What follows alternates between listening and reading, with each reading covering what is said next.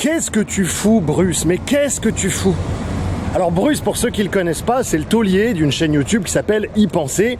C'est une des plus grandes et probablement des meilleures chaînes de vulgarisation scientifique en français sur YouTube. En tout cas, au moins dans le top 3. Enfin, clairement, on est vraiment dans le haut du panier. Et Bruce nous a signé, il y a pas très longtemps, une vidéo sur le quotient intellectuel. Alors vous le savez, moi c'est un thème que j'étudie avec passion depuis un bon moment. Tu sais combien j'ai de QI? Non, combien?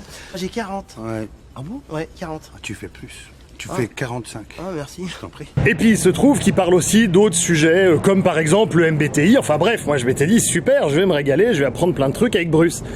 Mon Dieu! Mais alors que c'est une chaîne, je répète, de vulgarisation scientifique, je suis tombé sur un meeting politique à peine déguisé. Et j'ai trouvé ça absolument terrible de la part de quelqu'un dont le fond de commerce sur YouTube est justement d'essayer de vulgariser de la science. Or, on a eu simplement 50 minutes de ce que j'appelle dans d'autres vidéos sur la chaîne du relativisme défensif. C'est-à-dire qu'on a eu droit à peu près tous les poncifs autour du quotient intellectuel. Alors j'ai pas la prétention de reprendre toutes les erreurs de la vidéo tant elles sont vraiment nombreuses et j'ai pas envie de passer beaucoup de temps à ça. Oui, mais dépêchons-nous, je n'ai que quelques heures. Mais je vais simplement quand même rebondir sur 2 ou 3 d'entre elles. Petit 1, le quotient intellectuel ne représente pas l'intelligence. C'est vrai. De toute façon, l'intelligence, c'est une nominalisation. Donc à partir de là, en réalité, on ne sait pas vraiment ce que c'est. Et donc ça veut dire que jamais, au grand jamais, on ne pourra trouver quelque chose qui définit l'intelligence, puisque c'est un vortex sémantique. Donc à partir du moment où on a acté que c'est un vortex sémantique, ou alors on abandonne complètement l'idée même de pouvoir essayer de mesurer ou de qualifier l'intelligence. Mieux valait anéantir tout espoir. Ou alors on essaye de le faire malgré tout, eh bien le quotient intellectuel demeure la meilleure option que nous ayons. Il est extrêmement robuste, on a plus d'1 siècle de recul, on a des corrélations absolument massives avec la santé, le bonheur, la réussite professionnelle, les revenus, la capacité à avoir des couples qui durent dans le temps, la fécondité, enfin bref, c'est archi robuste. Et donc, d'un point de vue scientifique, qui est, je te rappelle, normalement le point de vue de ta chaîne, c'est-à-dire que moi je suis pas là pour dire qu'il y a des mauvaises idées. Moi, ça m'intéresse pas de pointer du doigt des idées et de dire ces idées sont nauséabondes. Ça ne m'intéresse pas. C'est encore de la recherche du bouc émissaire au sens gérardien. Bon, ça m'intéresse vraiment pas. Par contre, quand il y a quelqu'un qui dit mon cadre, c'est le cadre scientifique et qui nous pond quasiment 1 heure de vidéo de meeting politique, là il y a un vrai problème parce qu'on essaie de nous vendre quelque chose sous une autre étiquette et ça s'appelle une forme de manipulation. Et là on rentre dans mon champ d'expertise. Donc stricto sensu, est-ce que ce que tu dis est vrai, c'est-à-dire que le QI ne mesure pas l'intelligence? Oui, pas de problème avec ça, mais normalement en science, quand on critique quelque chose, on va derrière proposer une meilleure hypothèse. Or là, tu ne proposes rien. On est donc simplement dans une forme de relativisme qui, entre guillemets, détruit ce qui a été créé par les générations précédentes sans rien proposer d'autre. Qu'espérez-vous de la théorie brute? Le risque à 0. Ça me plairait. Et qui ne mène à rien. Dans l'absolu, ça n'est pas un problème. Il y a même tout un niveau de réalité qui fonctionne comme ça et j'ai pas de problème avec ça. Mais on n'est plus dans la démarche scientifique stricto sensu. Et j'ai pas envie non plus que cette chaîne devienne une chaîne de React. C'est pas vraiment mon souhait au départ. Il y en a quelques-uns rapidement. Mais je voudrais faire en sorte qu'il n'y ait pas plus d'une vidéo sur 10 ou sur 12 qui soient des vidéos de React. Et déjà, en ce début de mois de septembre, je vous en propose une autre qui va durer 2 heures. Donc je voudrais quand même essayer de garder à peu près ma ligne éditoriale. Voilà. Tu nous fais aussi un joli paralogisme. Ouais, je fais mes courses, j'en ai rien à foutre. Tu nous fais aussi un joli paralogisme en laissant entendre, alors là la phrase est très ambiguë, donc, mais que le quotient intellectuel ne serait pas génétique, ou parce qu'il n'est pas 100% génétique, il ne serait pas génétique. Enfin, la tournure de phrase est très très ambiguë. C'est-à-dire que selon eux, bien plus que la catégorie socio-économique dont vous êtes issu, votre QI est une excellente prédiction de tous ces sujets. Notamment, mais pas seulement, ils considèrent les différences de QI du point de vue racial et ethnique comme étant d'origine génétique. Ce que le consensus scientifique contredit. Aujourd'hui, on sait, selon justement, alors effectivement, il y a des gens plus ou moins de gauche, plus ou moins de droite, et donc le limbisme influe naturellement sur les estimations, mais on est sur à peu près 40% d'intelligence génétique en fourchette archi basse pour les gens d'extrême gauche, et 85% environ génétique pour les gens d'extrême droite, avec probablement une espèce de consensus autour de 70%. Enfin, quand je dis consensus, il faut comprendre que c'est du consensus mou, c'est-à-dire que c'est pas basé sur des preuves, c'est des estimations au doigt mouillé, et donc, voilà, on essaie de trouver quelque chose où tout le monde dise oui, bon, peut-être, à peu près, quoi. Vous pouvez toujours trouver un couillon qui écrit une série de bêtises. Couillon. Et ne lire que celui-là plutôt que de lire tous ceux qui ont écrit l'inverse. Tu parles aussi de MBTI. Il se trouve que c'est aussi un sujet que je connais raisonnablement bien et que j'aborde souvent sur la chaîne et dont j'ai parlé en lien avec le quotient intellectuel dans ma dernière vidéo sur le QI, comme toi. Sauf que tu tombes là dans une espèce d'erreur de raisonnement. Je n'ai pas envie d'appeler ça un sophisme parce que plutôt parler d'erreur de raisonnement, parce que sophisme, c'est tout de suite attribué à autrui de mauvaises intentions, évidemment, en assimilant le MBTI, donc c'est-à-dire le système, avec le test. Le test, c'est de la merde, il n'y a pas de problème avec ça. Le test, tu le refais à 3 mois d'écart, comme tu dis, ça donne des résultats différents. Donc c'est extrêmement faible, je suis totalement d'accord avec toi, mais ce faisant, en ayant invalidé le test, tu penses avoir invalidé le système en entier. Ben non, ça c'est pas rigoureux, Bruce. Enfin, je sais pas ce que t'as foutu dans cette vidéo, vraiment. Pour moi, c'est un cas d'école de personne qui se laisse complètement submerger par son affect et qui oublie toute rigueur épistémique. Et c'est emmerdant quand on prétend faire de la science ou de la vulgarisation scientifique. Tu peux en toucher un mot à ton syndicat, hein? Ou bien lire le Nouvel Observateur, hein? Alors on aura droit par contre à de la rhétorique, on va attaquer les fondatrices en disant qu'elles ne sont pas diplômées, etc. etc. Mais je veux dire, il y a énormément de gens non diplômés qui ont apporté à la psychologie, voire à la science en général, de grandes contributions. Enfin je veux dire, tu es suffisamment intelligent pour te rendre compte que ça c'est typiquement une forme d'attaque ad hominem et qu'on n'attaque pas le fond. Et c'est très emmerdant, puisque tu prétends faire de la science. Bref. Tu nous parles aussi des dérives eugénistes des premiers temps. Bon, ça, j'ai rien à dire là-dessus. C'est de l'histoire, c'est avéré, c'est connu. On se demande juste si c'est pas une forme de déshonneur par association. Bon, je vais, par charité épistémique, considérer que ça n'est pas le cas. Mais il faut bien reconnaître que la thèse de ta vidéo n'est pas très claire. On a l'impression que tu as fait une espèce de melting pot de tout ce qui peut servir à invalider le QI, y compris en utilisant des procédés rhétoriques sous la ceinture.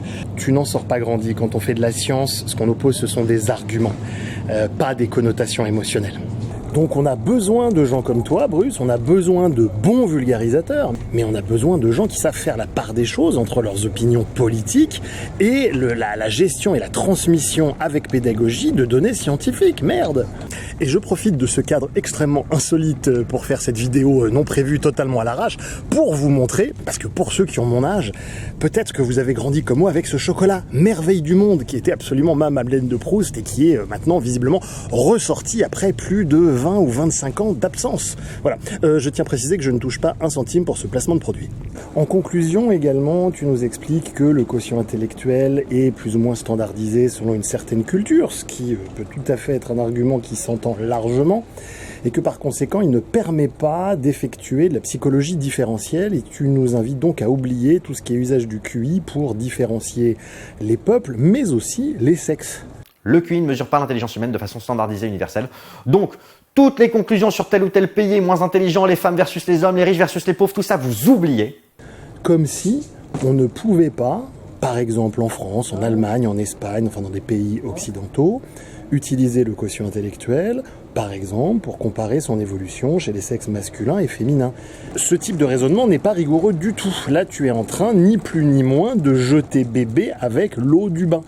Tu es en train de nous expliquer qu'on ne peut pas faire de psychologie différentielle en ce qui concerne le quotient intellectuel. Je sais pas si tu te rends compte de l'absurdité d'un tel raisonnement. Et comme j'ai vraiment à cœur d'essayer de trouver la cohérence de ton propos, je me suis dit que peut-être il fallait plutôt entendre qu'il ne fallait pas conclure. Mais dans ce cas-là, ce principe est valable pour absolument toute étude scientifique, puisque la science n'a pas comme but de conclure, mais simplement de produire des modèles temporaires.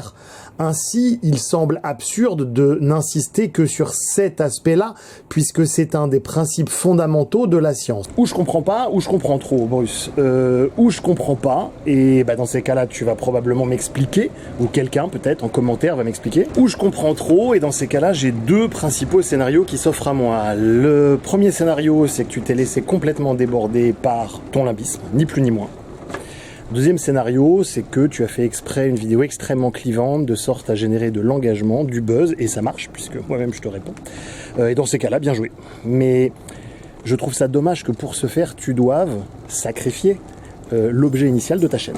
Bref, ça fait un moment, là, depuis la dernière crise sanitaire, que la plupart des gens ont compris que les médias étaient devenus vraiment des agents de création d'opinion. Se pourrait-il que les vulgarisateurs scientifiques s'y mettent à leur tour? Je vous laisse seul juge. À la limite, ce genre d'incident me donne envie de vous proposer des vidéos, peut-être qu'il faudrait que j'y réfléchisse un petit peu, mais sur comment se construisent les idées de droite et de gauche, à quel moment du processus d'élaboration de la pensée y a-t-il des formes de distorsion cognitive, de cherry picking, de biais cognitifs en tout genre.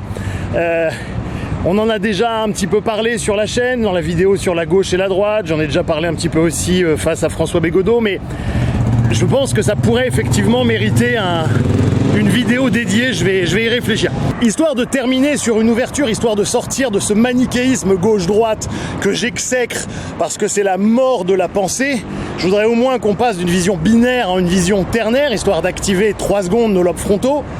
Observer les différentes manières qu'ont les idéologies politiques d'avancer de manière cryptique.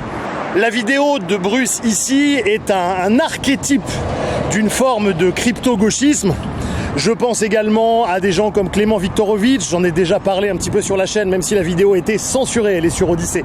Et on me répondra tout à fait justement qu'on retrouve à peu près la même chose avec le patronat et avec toute cette novlangue, ces employés qui deviennent des collaborateurs et autres. Je ne vais pas vous refaire ici tout le travail qu'a très bien fait Franck Lepage et bien d'autres, et dont je vous parle également sur la chaîne. Donc là, on pourrait se dire, bon, en fait, dans les deux camps, il y a des gens qui avancent cachés et des gens qui s'assument. Sauf que, prenons un peu de recul sur l'ornière de cette dichotomie gauche-droite que j'exècre parce que c'est la mort de la pensée, et passons donc du binaire au ternaire, histoire de réactiver un tout petit peu nos lobes frontaux, comme je vous l'explique souvent, et passons de gauche-droite à un triptyque dont je vous ai déjà parlé, progressiste, donc très souvent pensée de gauche, conservatisme, donc souvent pensée de droite, et libéralisme. Libéralisme au sens, pas au sens économique bien sûr, mais au sens libertarianisme. Eh ben, vous remarquerez que s'il y en a bien qui n'ont pas besoin d'avancer de manière cryptique, c'est bien les libertariens. Parce que lorsque des gens veulent vous rendre votre liberté, ils n'ont pas besoin de dissimuler leurs intentions, puisqu'ils vous reconnaissent et vous respectent comme individus souverains. Il n'y a que des gens qui veulent obtenir quelque chose de vous pour leur propre secret agenda, qui ont intérêt à avancer de manière masquée. Et c'est un indice absolument évident de où est votre intérêt. Je vous avais déjà parlé dans une vidéo précédente de cette fameuse citation de Chaplin, mais lorsque l'on veut le bien des gens, on n'a pas besoin d'avancer masqué. Seul l'amour suffit. Salut Internet. On ira voir Shaq et toute l'équipe américaine contre les impressionnants Koweïtiens. Ouais. Parfois c'est marrant d'encourager les pays sous-développés.